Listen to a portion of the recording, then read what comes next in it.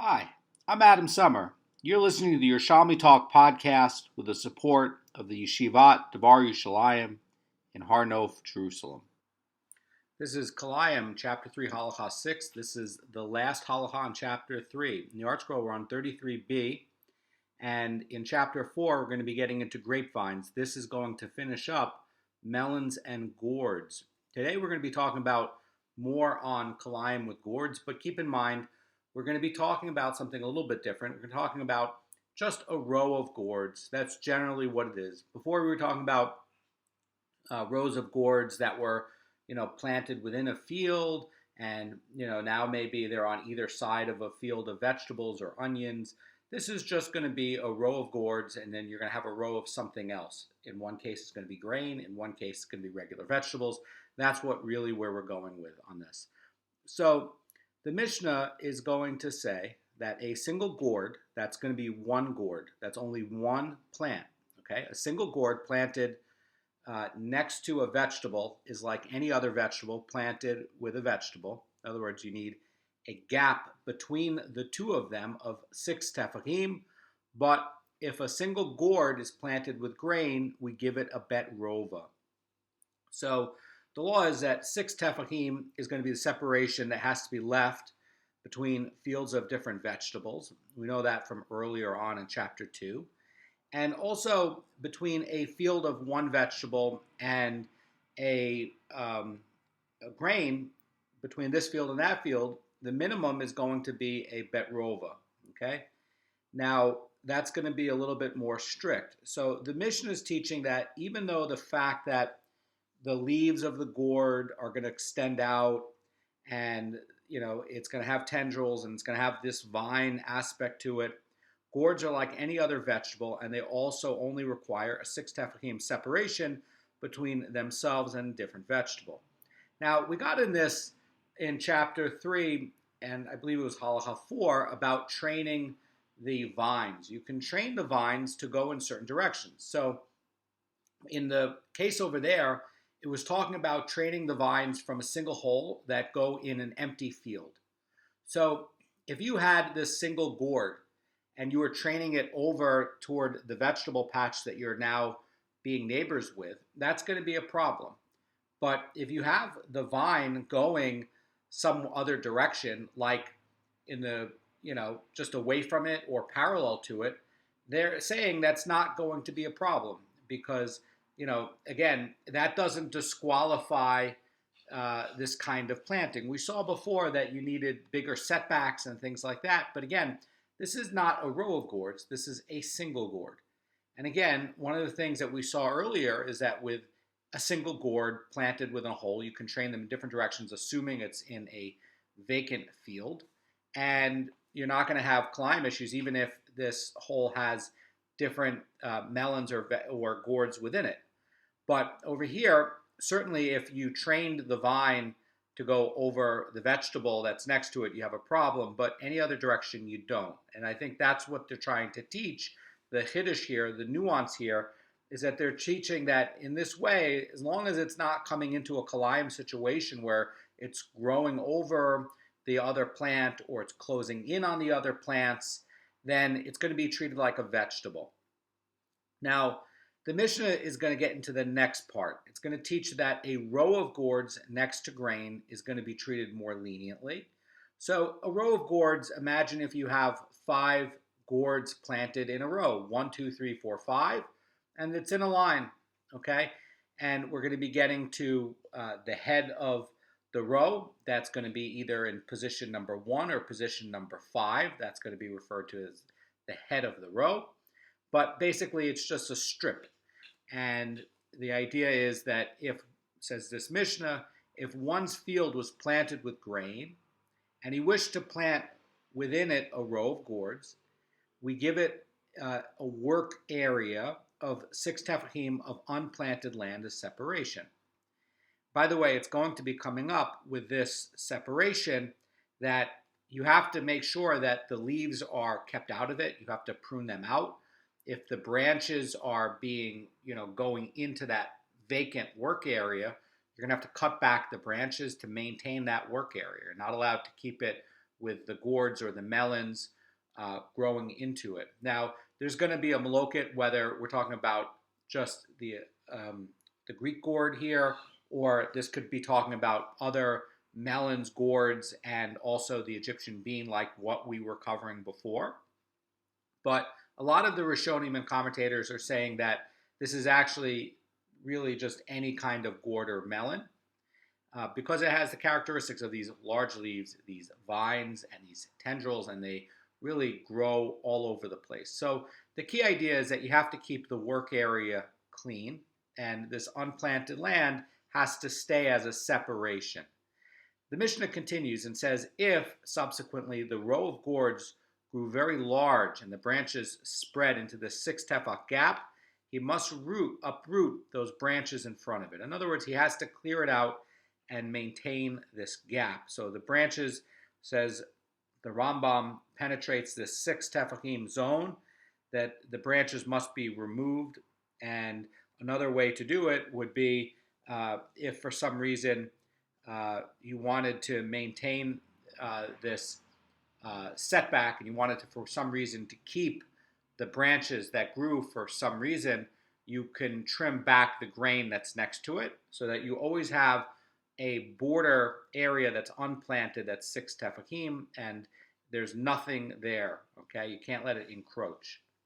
Now, there's a dissenting opinion regarding this row of gourds in a grain field, and actually Rabbi Yossi is going to be disagreeing and actually having a more strict view. Rabbi Yossi says that we give this work area 4 amos. Basically, Rabbi Yossi is maintaining that a row of gourds, not a single gourd, but a row of gourds, has to be separated from grain by 4 amos, not just 6 tefachim. It's not going to be treated just like a regular vegetable. And the sages now are going to question in this Mishnah Rabbi Yossi's view. They said to him, will you treat this case of a row of gourds next to grain more stringently than a row of grapevines next to grain? And we see over coming up in chapter 4, that the Kilayim, which is going to be grain next to vineyards, and here we're dealing with Kalei Zerayim. Kalei Zerayim is going to be other kinds of seeds like vegetable seeds, melon seeds, and also going to be the grain seeds. And we're seeing over here that in Kalei Hakarim, there's a prohibition on the benefit that Kalei Zerayim does not have. In other words, if one would expect that the required separation between a row of gourds and grain should be no greater than between the row of grapevines and grain, then what this is going to be saying is that in some way, for some reason, Rabbi Yossi is being more strict than even the separation of the grapevines. So what is Rabbi Yossi's opinion that's going to make and treat the gourd or the melon more stringently than the grapevine? And Rabbi Yossi in this Mishnah says back to the sages, he says that we find the gourd is stricter than the grapevine because for a single grapevine, we give for its area 6 tefachim as a separation. But for a single gourd, we give a bet rova. This, by the way, is going to be where you have grain. And in the case of the prohibition of Kalei Hakarim, it's going to be stricter than other forms of Kilayim. But basically what he's saying here is that the spacing laws are just a function of the growth properties of the species, okay? And so because the gourd plant grows more extensively than the grapevine, it's going to require a greater separation because that's the nature of the plant. It also has tendrils, it grows on a vine, it spreads out all over the place, and the grapevine doesn't do that, doesn't have that characteristic. So yes, maybe Rabbi Yossi is saying is that, look, the spacing is going to be based on the nature of the plant. And while the other aspects of Kalei Hakarim with the grapevines is going to be more strict, not so with regards to the spacing. In the spacing, actually the melons and the gourds are going to be more strict.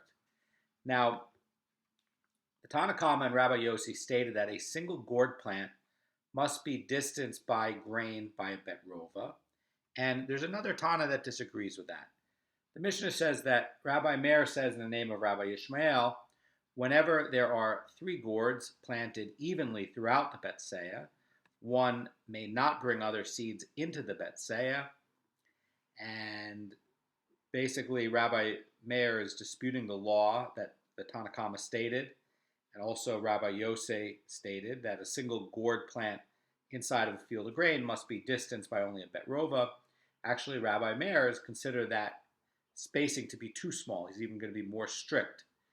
And he's going to be saying that you're actually going to need a much bigger gap. And this is actually going to be getting into the end of it with Rabbi Yishmael is actually going to be saying a much, much bigger gap. And that's going to be coming up the end of the shir. Anyway, there's another version of Rabbi Yishmael's opinion. This is where really Rabbi Meir is getting this from. And Rabbi Yossi ben Hotef F. Rasim, that's the name of this Tana in this Mishnah, said in the name of Rabbi Yishmael, whenever there are 3 gourds planted evenly throughout a bet core, one may not bring other seeds into the bet core. The bet core, by the way, is going to be 30 bet sa'ah. So a third of a bet core is going to equal 10 bet sa'ah, and that's going to basically be 30 times larger than the original opinion that we saw before. So according to this other opinion, if you had 3 gourd plants distributed through an open area of a bet core, then no grain could be planted within this area. Okay, that's a very big hiddush, a very big shock, very big surprise. So I think Rabbi Yishmael is being very careful about the distancing and setbacks of the gourd because of the nature of it.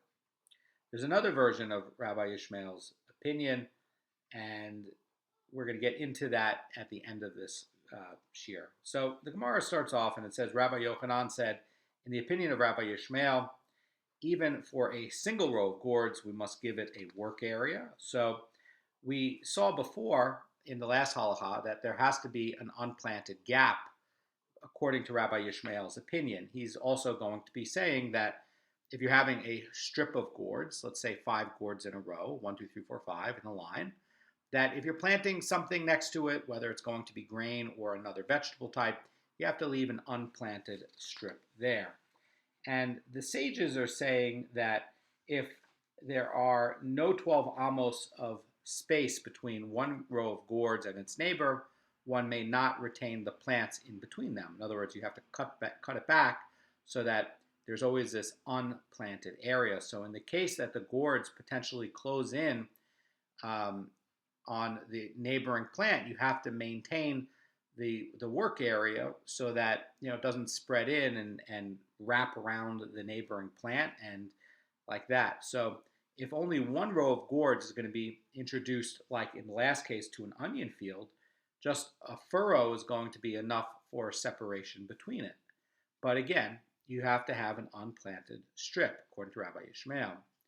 Now, Rabbi Yossi is going to maintain that in order to permit the planting of a row of gourds in a grain field, so again, you have your 5 gourds in a row. Could be more, but let's say it's 5 and it's in a line. And, basically the gourds have to be given a work area of 4 amos. The Gemara asks a question. It says, what is the law as to whether you have to leave that work area of 4 amos for the heads of the rows?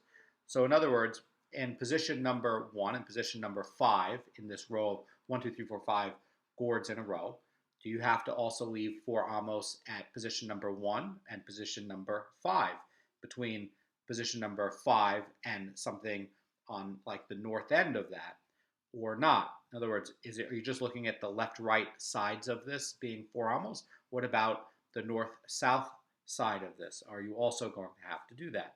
Mar's going to answer. It's going to say, just as you say regarding a vineyard, that we leave a work area of 4 amos for the heads of the rows, so too here, for the gourds, we have to leave a work area of 4 amos for the heads of the rows. That's new information, and the Gemara is just informing us of this for when we plant our fields.